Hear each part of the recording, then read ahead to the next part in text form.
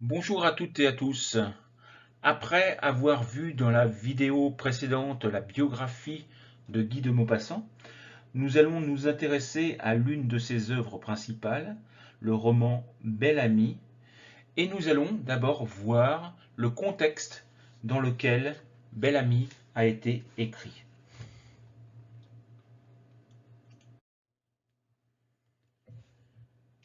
Le XIXe siècle est une période particulièrement troublée sur le plan politique, agitée de révolutions en 1830, 1848, 1871 et d'un coup d'État en 1851.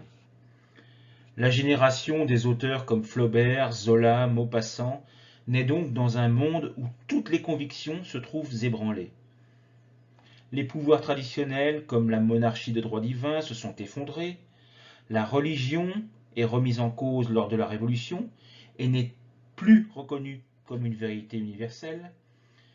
Ce siècle voit donc l'avènement mouvementé de la démocratie qui mobilise à la fois une véritable classe politique, mais également les intellectuels, comme Zola lors de l'affaire Dreyfus. Il fonde aussi l'État moderne, centralisé, organisé sur une administration solide et un système juridique basé sur le Code civil napoléonien.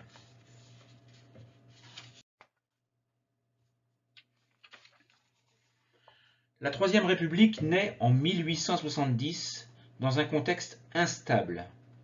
Le siège de Paris par les troupes prussiennes et des mesures impopulaires prises par Adolphe Thiers provoquent l'insurrection de la Commune, durement réprimée en 1871.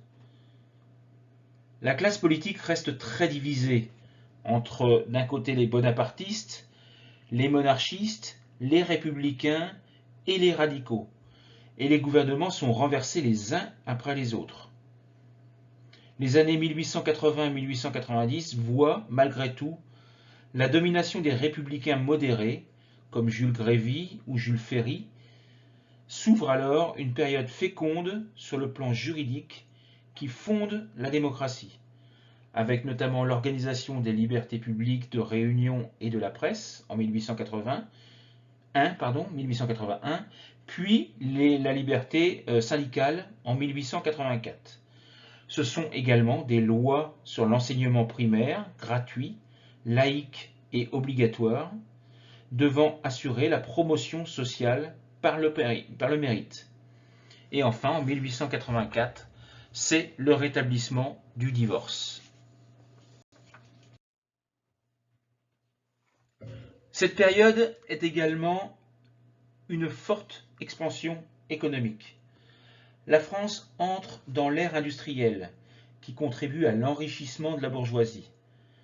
Les écarts se creusent entre cette classe sociale triomphante, qui impose ses valeurs de profit et de moralisme conservateur, et de l'autre côté, le nouveau prolétariat urbain, qui est surexploité. Le monde ouvrier s'organise peu à peu en associations et en partis qui vont déclencher des grèves, des émeutes ou des révoltes et obtenir quelques droits, comme le droit syndical en 1884, nous l'avons vu juste avant. Parallèlement, le XIXe siècle est aussi pour la France une période d'expansion coloniale, en Nouvelle-Calédonie, au Sénégal, en Algérie. La Troisième République impose le protectorat français en Tunisie en 1881, s'implante également en Asie du Sud-Est, dans le Tonkin, il y a la création de l'Indochine française en 1887, etc. Et elle conquiert un vaste empire en Afrique occidentale et équatoriale. Cette colonisation sera pour beaucoup une source de profit et d'exploitation parfois brutale du pays et des populations autochtones. Le développement de la finance et des banques entraîne également des fortunes fulgurantes, mais aussi de nombreux scandales politico-financiers qui fragilisent la classe politique et le régime. Vous avez notamment le krach de l'Union Générale, une banque qui fait faillite en 1882. Vous avez également le scandale de Panama en 1888-1893 qui révèle la corruption de nombreux parlementaires et qui va ruiner de nombreux épargnants.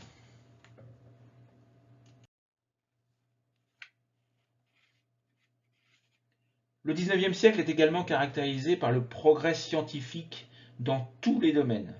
Les sciences naturelles, la médecine, les techniques industrielles, et ça favorise le développement d'une pensée rationaliste et matérialiste telle que le positivisme. Cet esprit positiviste se communique à la littérature et influence le réalisme et le naturalisme, où le romancier tend à devenir un observateur et un expérimentateur.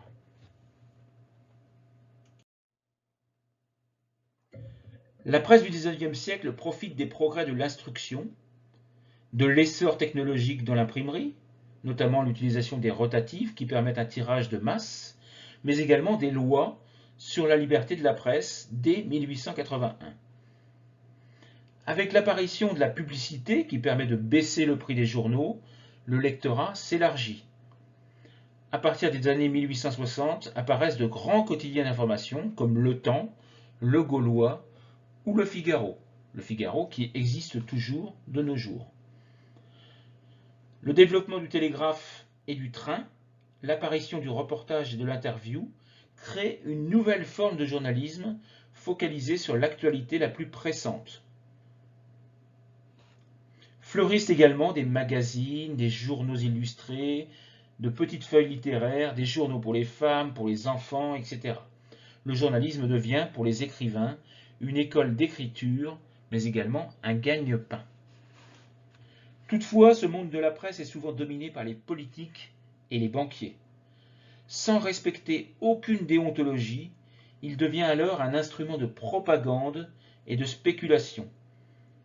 Les patrons de presse ont désormais le pouvoir de faire tomber des ministres en organisant des campagnes d'abattage où se mêlent articles critiques, calomnies et diffamations. Dans Bel Ami, notamment, Maupassant évoque aussi l'affaire marocaine, où les dirigeants de la vie française manipulent l'opinion pour mieux se livrer au délit d'initié. Ils font croire que le gouvernement ne décidera pas d'expédition au Maroc pour faire chuter les titres d'emprunt, les racheter au plus bas prix et ainsi réaliser une belle opération boursière.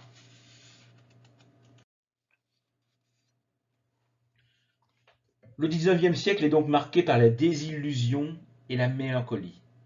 Les artistes ne se reconnaissent plus dans ce monde qu'ils trouvent fade, sans idéal, matérialiste, dominé par des intérêts financiers et corrompus, par l'affairisme. Le mal du siècle de la génération romantique s'exprime, à la fin du XIXe siècle, d'une façon plus pessimiste et plus désespérée. Maupassant s'est senti très proche du philosophe allemand Arthur Schopenhauer.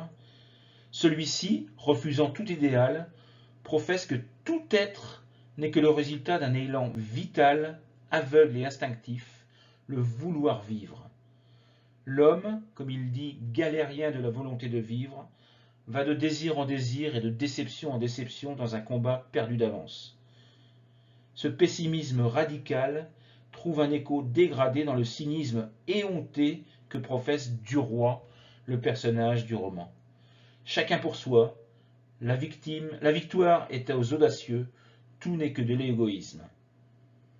Ce qui fera dire au critique Francis Sarcey, dans un article de juin 85 consacré à Bel Ami, il désenchante de l'humanité et décourage de la vie. Voyons maintenant le statut des femmes au XIXe siècle. Le Code civil, élaboré sous le Premier Empire, n'accorde en fait aucun droit politique à la femme et la subordonne à l'autorité maritale, mais également à l'autorité parentale. Elle doit obéissance à son époux ou à son père si elle n'est pas mariée, qui sont les seuls aptes à administrer les biens du ménage. Par exemple, Bel Ami peut ainsi extorquer à Madeleine la moitié de l'héritage du comte de Vaudrec. Madeleine ne peut officiellement exercer la profession de journaliste, réservée aux hommes, et n'écrit que par plume masculine interposée. Toutefois, certaines femmes cherchent à s'émanciper dans une sexualité plus libre, comme Clotilde ou comme Madeleine dans le roman. Mais c'est à leur risque et péril. Le divorce pour adultère, bien qu'autorisé en 1884, favorise toujours les maris, ce dont du roi profitera sans vergogne. Voilà, j'en ai fini pour ce contexte. Dans une vidéo suivante, nous verrons la genèse et la réception de l'œuvre, mais également l'esprit réaliste et pessimiste de cette œuvre. À bientôt!